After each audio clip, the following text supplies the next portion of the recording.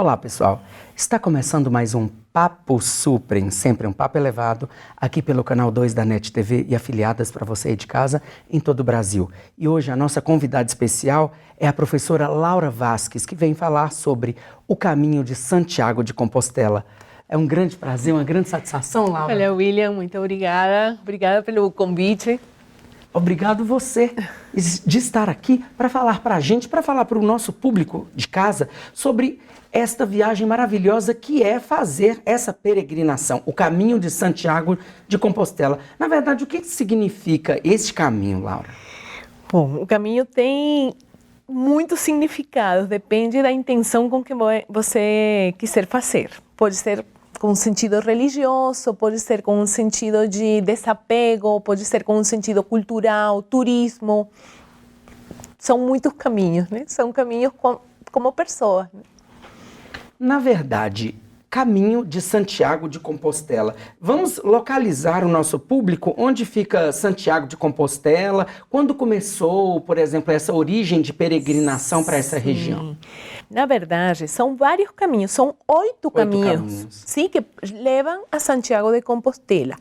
O caminho mais famoso é o caminho francês. Que sai dos Pirineus. Que sai, exatamente, do limite entre a França e a Espanha. E são 800 quilômetros de caminho entre os Pirineus e a cidade de Santiago de Compostela. Esse é o caminho mais famoso, mais percorrido, mas tem o caminho em inglês, tem o caminho português, tem várias maneiras de fazer o caminho. Nesse caminho de Santiago, as pessoas saem desde a Alemanha, desde França e chegam a Santiago de Compostela. Esse é um costume que vem da Idade Média. Existia naquele momento, existiam duas peregrinações muito conhecidas, a peregrinação para Jerusalém e a peregrinação para o Vaticano. E era um momento de crise, onde as peregrinações traziam dinheiro.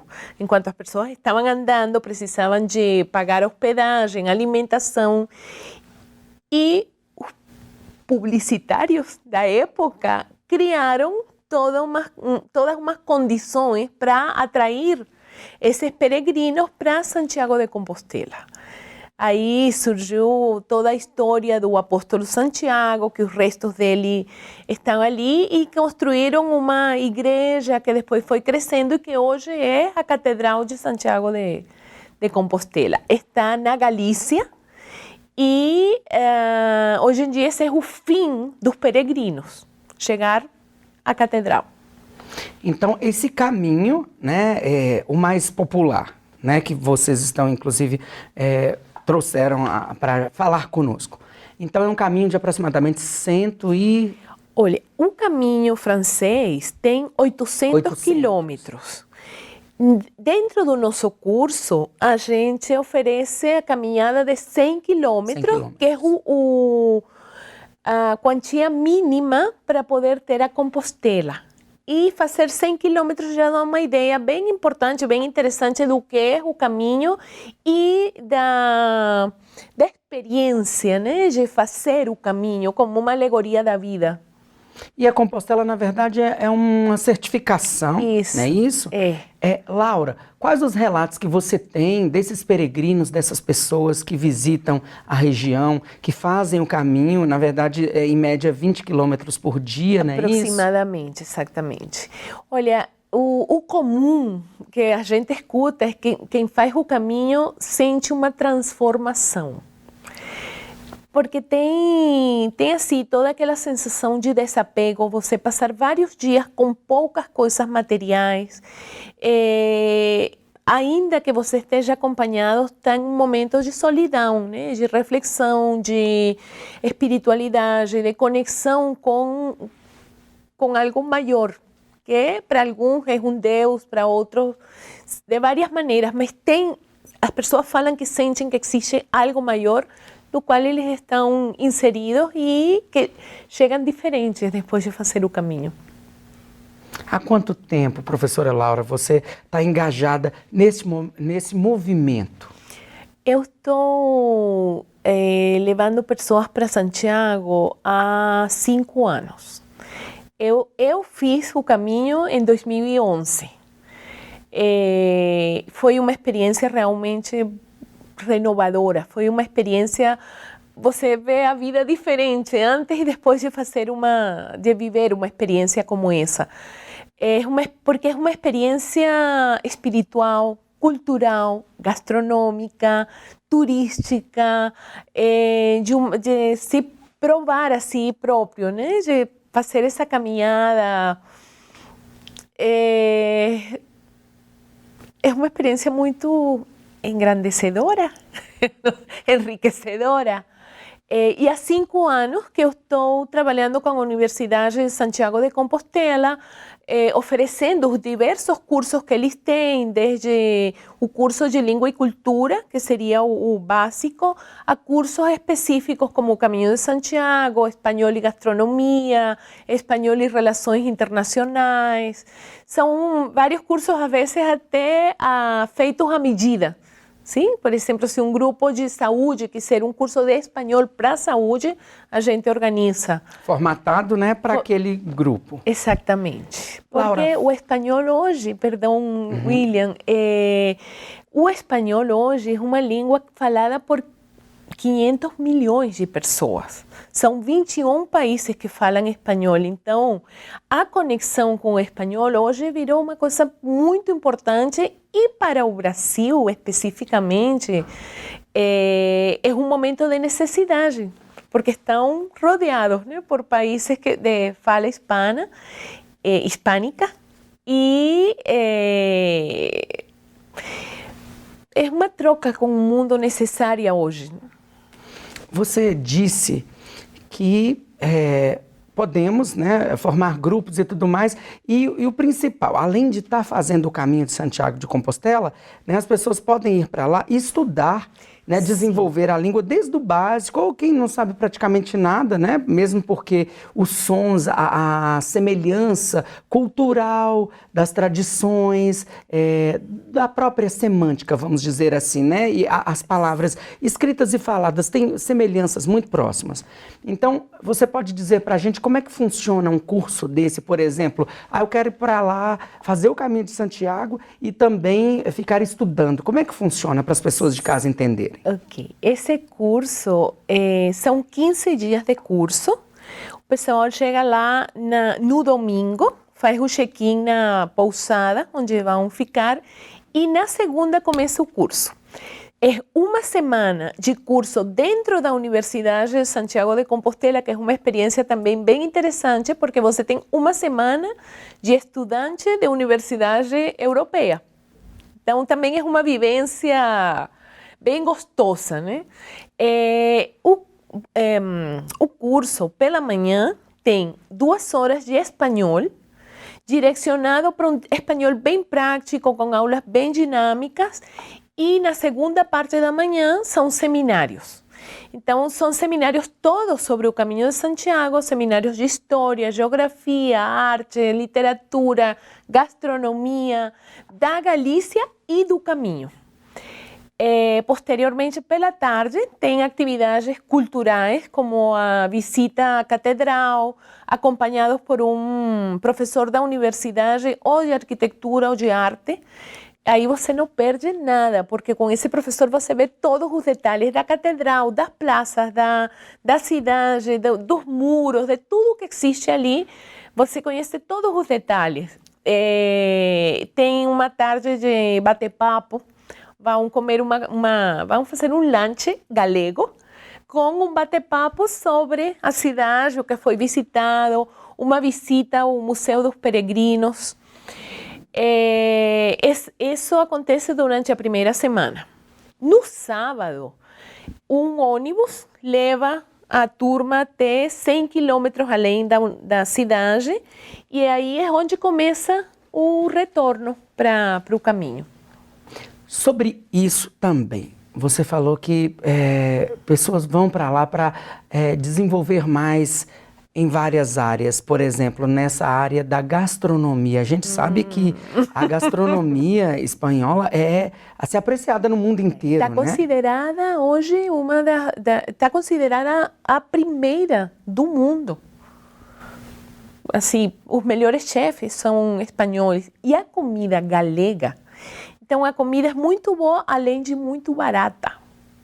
Nessa jornada gastronômica, cultural, artística, também vocês têm o espaço, por exemplo, de passar alguma película, algum filme, né, para as pessoas, para conhecer aquele que você inclusive passou para a gente, que desperta, né, esses sabores, esse olhar diferenciado da região. Sim, nas aulas, os professores utilizam muitos materiais, desde a leitura de trechos de livros que foram escritos sobre o caminho, a vídeos, trechinhos dos filmes que foram feitos sobre o caminho.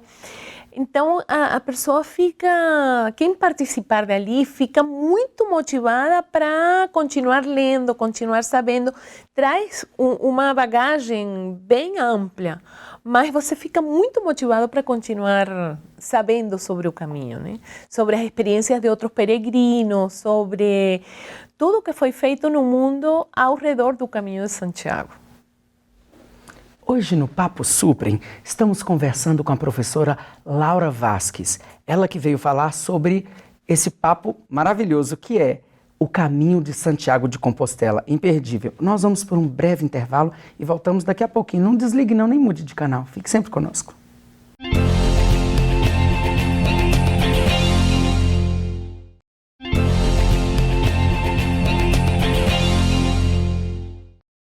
Segundo bloco do programa Papo Suprem, com a nossa convidada especial, a professora Laura Vasques, que agora vai falar para a gente sobre os restos mortais, né? E toda essa mística. O apóstolo Santiago, né? Acreditam que ele está enterrado naquela região, inclusive até sob a catedral, não é isso? A catedral está sob os restos mortais. Exatamente. A história fala o seguinte: Santiago, depois da morte de Jesus, ele foi pregar no norte da África. E estando lá, um povo muçulmano, ele foi decapitado, morreu e o corpo foi jogado em uma fossa comum. Mas contam que 2 amigos dele resgataram o corpo e o colocaram em uma barca, em uma embarcação, e essa embarcação seguiu o caminho guiada por uma estrela. E essa estrela levou a embarcação até a Galícia, até a Corunha. Aí tinha uma pedra que hoje muitas pessoas vão visitar. Esse ponto é o chamado Finisterre. Sim, o fim da Terra. Creia-se naquele momento que a Terra era plana e terminava ali. Aí chegou a barca, ela foi amarrada naquela pedra e levaram os restos mortais de Santiago e os enterraram. Um religioso, um pouquinho mais na frente, descobriu que eram os restos de Santiago e construiu sobre ele uma capela.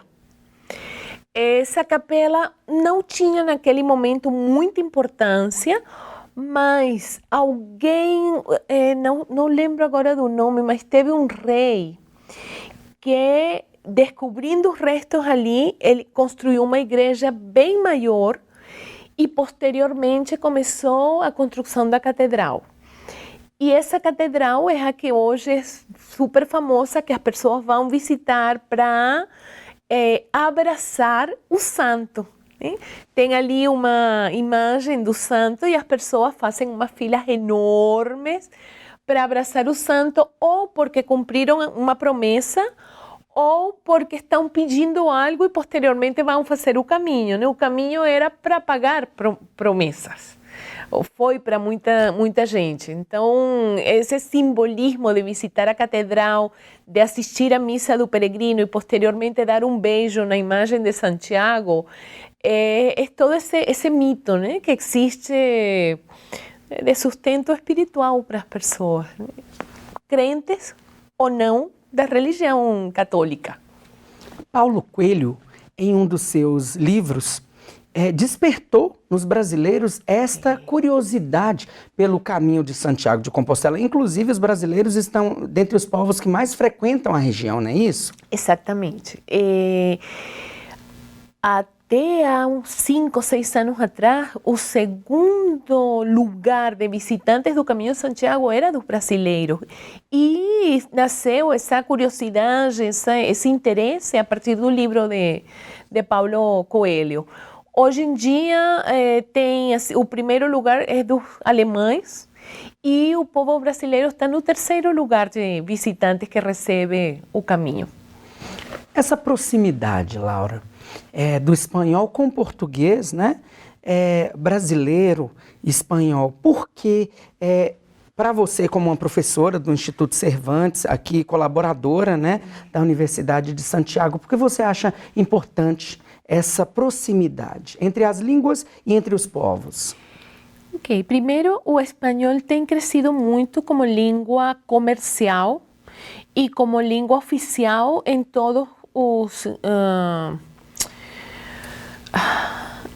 fugiu a palavra, mas... em vários lugares, como lá na Latinoamérica. Como o Mercosul, sim, como a União Europeia. Hoje, o espanhol é uma língua oficial. Dada a importância que tem na internet, você consegue muitos documentos em espanhol e pela quantidade de falantes que existem, hoje é uma necessidade falar o espanhol para viajar, para comercializar. São vários os âmbitos em que o espanhol cobrou uma importância como o inglês. No Brasil, hoje, tem muitas pessoas estudando. De fato, o Instituto Cervantes, o lugar onde tem mais institutos, é no Brasil. Pelo tamanho do país e pelo interesse que existe. E tem uma coisa curiosa. Galícia, o galego nasceu e posteriormente ele foi descendo para o Portugal e derivou no português. Então a cercania entre o português e o galego é muito próxima. As semelhanças, né? As semelhanças, sim. Bom, Laura, para quem quiser fazer este curso, tem alguma idade limite para fazer ou a partir de quantos anos? Olha, estamos levando grupos a partir de 18 anos até 120. Sim, quem quiser, e oferecemos uma coisa bem particular. Esse caminho é feito de uma maneira bem light, porque o ônibus da universidade vai acompanhando os caminhantes, ele vai paralelo como apoio. Os pesos, as mochilas, malas, tudo vão dentro do ônibus e as pessoas vão caminhando leves. E se alguém estiver cansado, se alguém quiser fazer um trecho de ônibus, pode ir de ônibus. Uma pessoa mais idosa, inclusive. Exato. Alguém, por exemplo, eu encontrei pessoas, olha, mas eu tenho um problema no joelho, então eu só consigo caminhar um trecho, mas outra parte eu gostaria. Então não tem problema, vá de ônibus e encontra no próximo ponto com o resto da turma.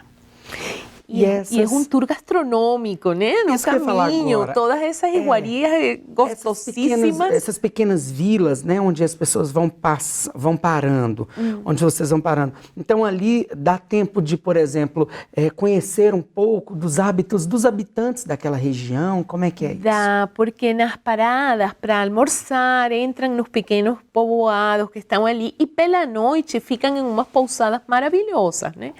Então, dá para visitar os espaços. Pela noite tem uma aula itinerante com o professor que está acompanhando. Vão falar sobre o que vão conhecer no dia seguinte.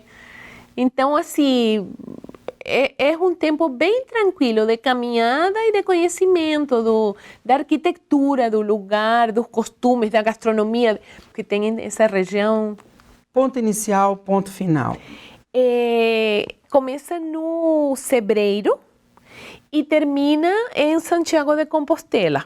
Essa caminhada começa sábado, chegam na sexta de manhã, vão assistir a missa dos peregrinos e após a missa recebem a Compostela e posteriormente tem um almoço de fechamento do curso. Estava vendo umas imagens, né, muito bonitas, produzidas pela TV espanhola, sobre o caminho, e pude perceber que, inclusive, tem hotéis espetaculares, sim, né? Então, sim, às vezes as pessoas pensam, poxa, eu quero ir, mas assim, não tem uma hospedagem bem confortável. Não, muito pelo contrário, tem todo tipo de hospedagem que as pessoas procuram e querem, não é isso?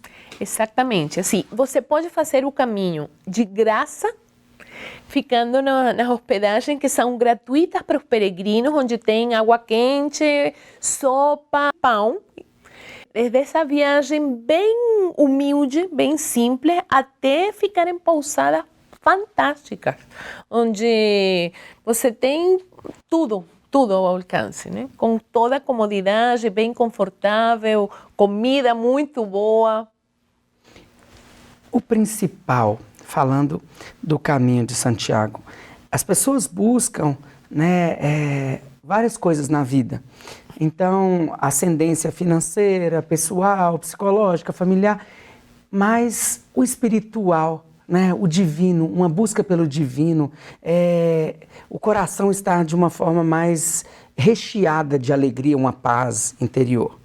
Então, várias pessoas relatam sempre para você isso, né, que conseguem essa experiência. Você pode deixar uma mensagem final para quem está nos assistindo agora sobre esta experiência da busca do divino fazendo o caminho de Santiago de Compostela? Olha, aqui eu vou dar uma opinião bem pessoal, né? Eu acho que religião é essa conexão que você encontra entre você e o universo. E eu acho que essa experiência do Caminho de Santiago oferece essa possibilidade de conexão interior, que é bem maior do que só o interior. Eu acho que viver essa experiência é uma coisa que eu recomendaria para todo mundo, pelo menos uma vez na vida. Laura, fale para a gente sobre a Universidade de Santiago, né? É uma universidade antiga, na verdade, da Idade Média, inclusive, né? Exatamente. É uma das universidades mais antigas no mundo, que tem mais de 500 anos. Quando os portugueses e os espanhóis chegaram em América, já existia a universidade. E, além disso, a universidade tem mais de 60 anos dando cursos de espanhol para estrangeiros e organizando os cursos do Caminho de Santiago. Então, é uma experiência de longa data, né? Imperdível, né? Realmente é. Você pode deixar para quem está nos assistindo os contatos? Sim, podem escrever ao e-mail intercursosbsb@gmail.com ou mandar um WhatsApp ou ligar no telefone 83070044. Bom, Laura, para a gente é uma grande satisfação recebê-la aqui para falar sobre o Caminho de Santiago de Compostela, que de nós é conhecido há muito tempo, né? Sempre tem alguém que fala, você vê na televisão alguma coisa, mas desvendar, né, um pouco deste caminho é muito legal. Para a gente é bem gratificante. Muito obrigado pela sua presença. Muito obrigada, William. Bom, pessoal, este foi mais um Papo Suprem, sempre um papo elevado, aqui pelo canal 2 da NET TV e afiliadas para você de casa em todo o Brasil. Esperamos você no próximo programa. Meu abraço a todos. Tchau.